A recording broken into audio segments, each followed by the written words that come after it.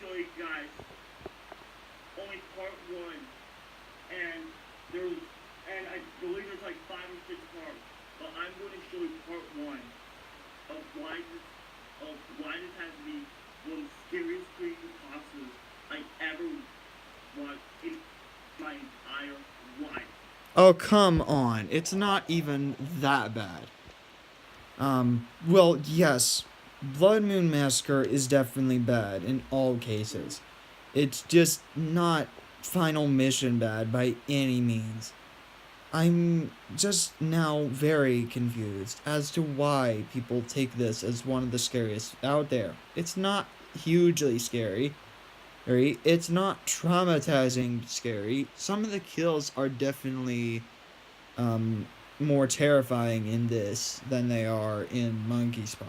But in all retrospect, this is definitely one of those stories. It is definitely a bad one, by all means. So, I might as well do like an analysis on it. And I am pretty much just going to entirely summarize it with the fanfic in right in front of me too, so that I can have a reference point, so I don't get anything wrong. So let's go ahead and give out my opinion as to why, and to pretty much critique all the deaths and everything like that. So let's go ahead. Let's go ahead and check out Blood Moon Massacre by Insomniac. Break down the entire meaning of the stars and everything like that, who the antagonist really is, and explaining the ending that's pretty much every horror cliche out there. So we pretty much just start off with Ryder and the pups going home from the party after the basically what happened in Pups and the Ghost Pirate, where they're saving everyone from that runaway ship with the moon at its highest and everything like that. And they're all basically talking about a lot of the stuff with Halloween and everything like that.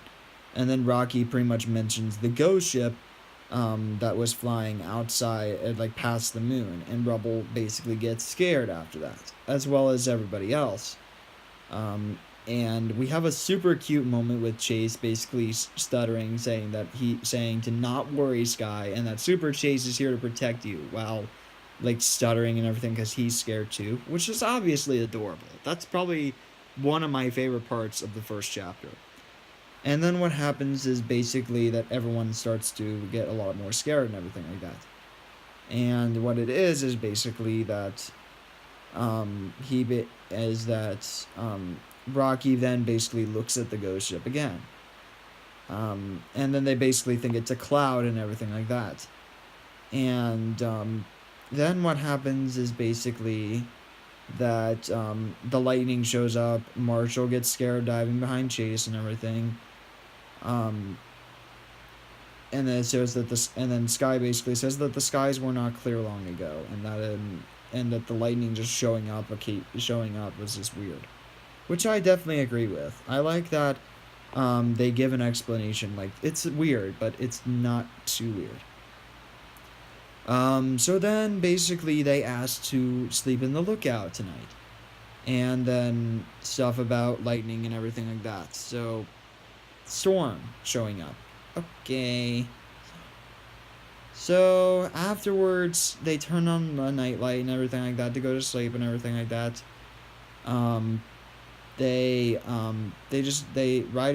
Rocky says that Ryder's right and that they need to sleep and everything like that. And I'm just gonna basically say right off the bat, Rocky looked at the ship as well as everybody else. They're all going to regret this decision, because that's what every horror movie does, or every horror story imaginable does. So Mayor Goodway basically gets everything ready and gets back into her pajamas and everything, and is looking for Chicoletta. And then what happened is basically a mysterious voice basically going on with this like big chant that's going to be throughout this entire thing. Those who gaze upon the night as I pass shall soon find that night to be their last. that obviously means that whoever saw the ship in the sky is pretty much gonna die. You know what this means. They're all screwed. They're all screwed. Well, whatever. I guess they're all freaking screwed. So afterwards, they end up going into the kitchen and everything like that. And then they end up, and Chicoletta doesn't respond and everything like that. And what happens is basically she ends up going into the kitchen and finds that Chicoletta has been decapitated with glass shards in her neck and everything like that, and her eyes and her face, and the rest of her body was under the debris of a dish cabinet that was detached from a wall. And the mayor basically screams. That's chapter 1, folks. We're off to a great freaking start, aren't we? I'm sure no one has nightmares at this point, but right now I'm just weirded out by the fact that the chicken got decapitated. Oh well.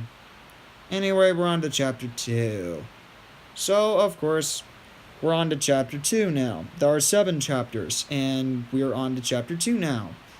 Great. So afterwards, Ryder calls the Paw Patrol to the lookout, and everything like that, and they're all drowsy and everything like that.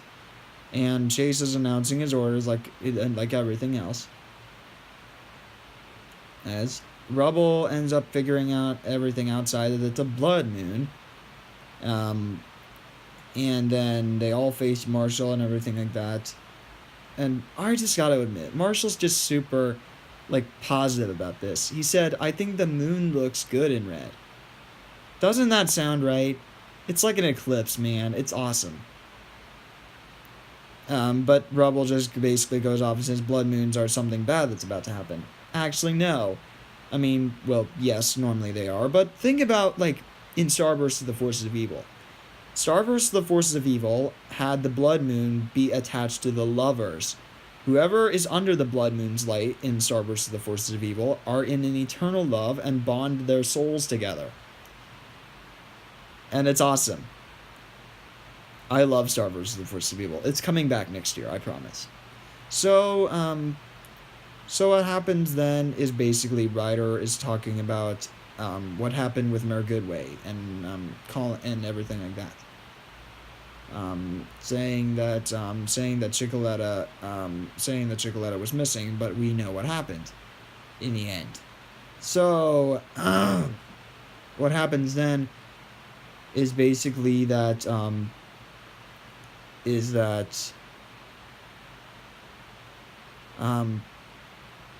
and then what happens is basically Ryder ends up choosing every single pup to go with. Which is good because it's like if they're alone, then they'll get attacked. And Rubble ends up getting a nod and everything from the others. And Ryder basically just goes along with his catchphrase and everything like that.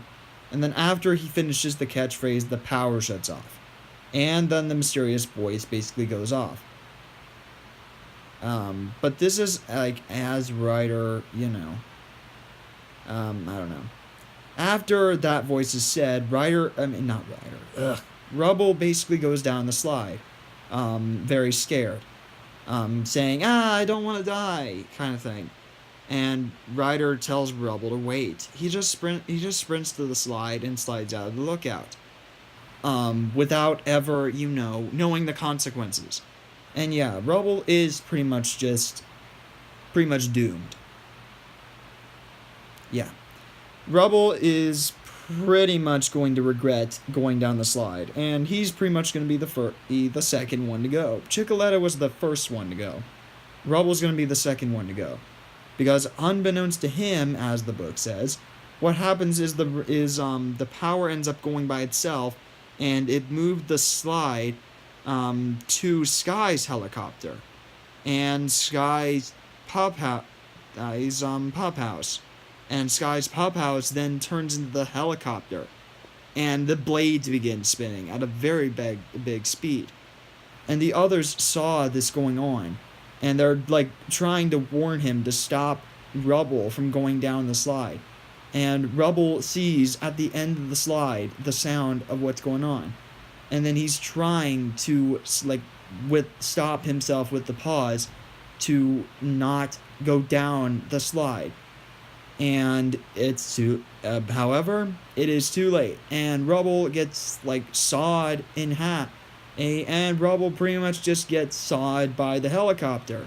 Fur, skin, flesh, and bones all gone now. Yeah. Sorry, Rubble, but you should have been a bit more patient. Now, this one, it's like Rubble was just stupid, and, well, Rubble's not stupid. He acted out in fear. But Rubble should have been a little bit more patient, you know? Like, if Rubble didn't go down the slide, this wouldn't have happened to him. So it's like, Rubble, you could have actually prevented this, and you would have been fine whatsoever.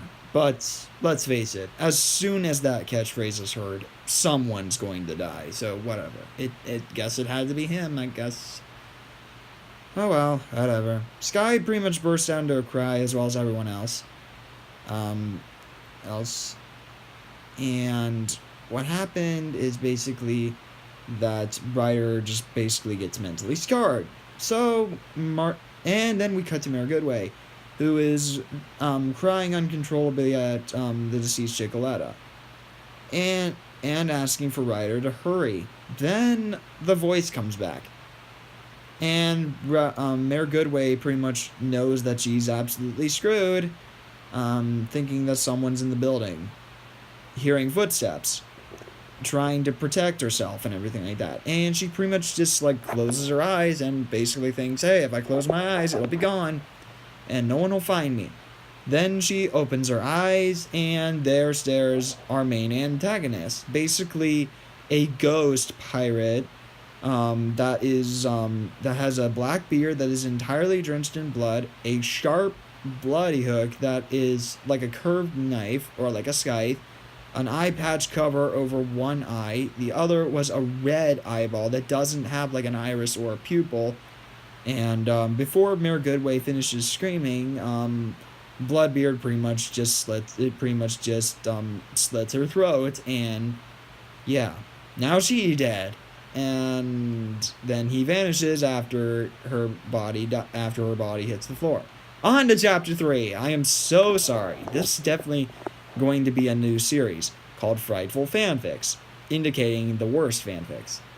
So then afterwards, what happens is basically that Ryder continues to blame himself for what happened to Rubble, and then Rocky pretty much blames himself to well, no, actually, not yet.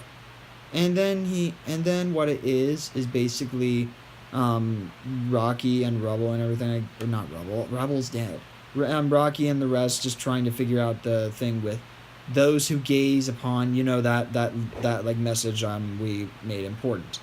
And then, he ends up, figuring out, the blood pirate's past. Saying this, that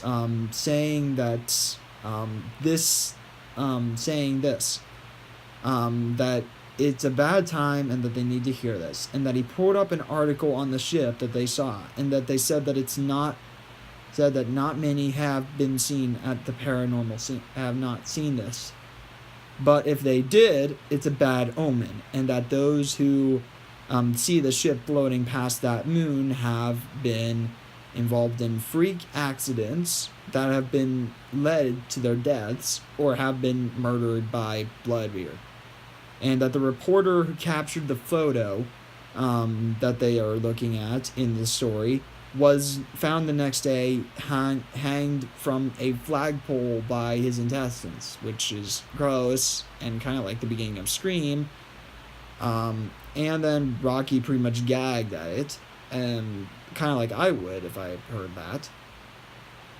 And what it was basically that, according to the legend and everything like that, the ship that Bloodbeard sailed is called the Reaper, and that it was a pirate ship that belonged to Bloodbeard. Bloodbeard was a cold-blooded pirate, and that he murdered innocents and took from them, no matter the circumstance. And that one night he was pillaging the town, which is known as Adventure Bay, where they live in now. And the king ordered him to be found and executed. And Bloodbeard and his crew tried to sail away in the cloudy skies and everything like that, and the clouds moved in front of in front of the moon and illuminating the ocean, which gave away their position. And then the king's soldiers fired at Bloodbeard's ship and sank it. And there was no trace of the pirates on the ship whatsoever, as well as Bloodbeard's body. And now he basically realizes that it's the same ship that they found when they were saving the merpups in that one episode. And then Sky pretty much just understands the whole entire thing just like that, and realizes that everyone who sees the ship pass the moon pretty much dies. And that's pretty much it. That's pretty much the entire thing. So it's pretty much just saying, hey, this is Bloodbeard's past, and we found his ship, and whoever sees the ship pass the moon, they all die. Great legend. So then Rocky pretty much just starts to tear up and everything, and then feels as if it was his fault, that he should have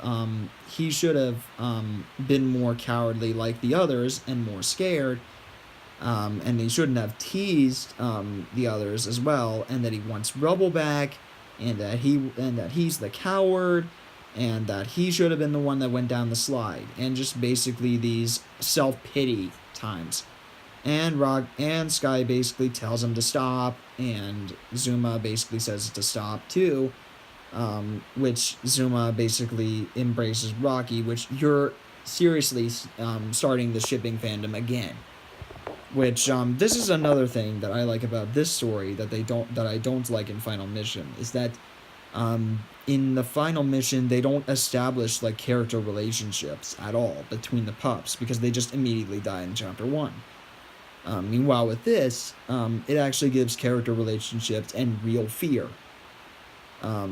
Like they use fear to make sure you're going along with the audience. In the Final Mission, they're just terrifying you just to terrify you. So afterwards, they basically end up pointing out that Rocky is not the one to blame, even though which he shouldn't be blamed, or anybody else, that it was an entire accident, because no one had any idea of this legend whatsoever. And so what happens is basically that they realize that everyone has seen it, including Mayor Goodway and Chicoletta, to which they are dead now.